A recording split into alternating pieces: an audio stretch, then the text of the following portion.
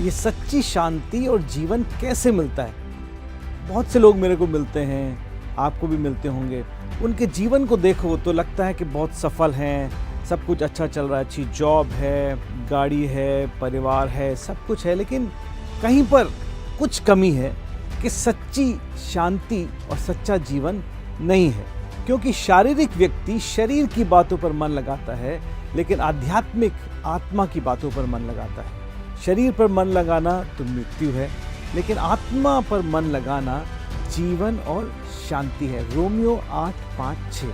अगर हम देखें तो हजारों साल से जो बड़े धर्मी लोग हैं, उनके जीवन में होड़ लगी रहती है कि कैसे हम सिद्ध हो जाएं, जितना है उससे और अच्छे हो जाएं। लेकिन जितना वो मेहनत करते हैं, उनको अंत में ये समझ में आता है कि वो असिद्धता खत्म नहीं हो रही है, वही बुराई बनी हुई है जीवन के अंदर। इसको कैसे बदलेंगे? एक धर्मी व्यक्ति था जिसने अपनी धर्म की पुस्तकों को पढ़ा, बहुत सी किताबों को पढ़ा, और वो जितना पढ़ता था वो सोचता था ये मुझको बदल देगी।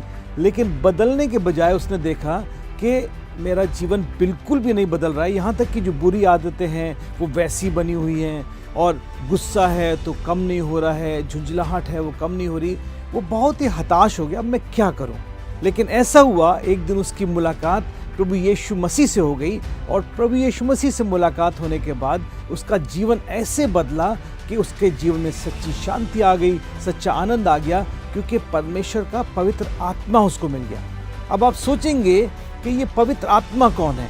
देखिए, जब प्रभु यीशु मसीह इस पृथ्वी के ऊपर आए, आपके और हमारे पापों के लिए वो सूली के ऊपर मर गए, उन्होंने पूरी अपनी जान दे दी, और मरने के बाद वो तीसरे दिन जिंदा हो गए। 40 दिन तक अपने चेलों को, बहुत से लोगों को दिखते रहे, और जब वो स्वर्ग में 40 दिन के बाद गए तो उन्होंने बोला कि मैं परमेश्वर के पास से तुम्हारे लिए एक सहायक भेजूंगा, जो तुम्हें आके जो जो बातें मैंने बोली हैं वो सब कुछ तुम्हें सिखा देगा। तो ये पवित्र आत्मा प्रभु यीशु मसीह है, जो आत्मा के रूप में हमारे और आपके साथ रहते हैं, हमारे भीतर रहते हैं, हमें ताकत देते हैं हमारे जीवन को अंदर से बदलने के लिए। तो ये अंदर से बदलने की ताकत हमें कैसे मिलती है? जब हम, पहली बात तो हम परमेश्वर को अपने जीवन की डोर थमा देते हैं कि परमेश्वर मुझसे नहीं होगा, आप मुझे चलाइए।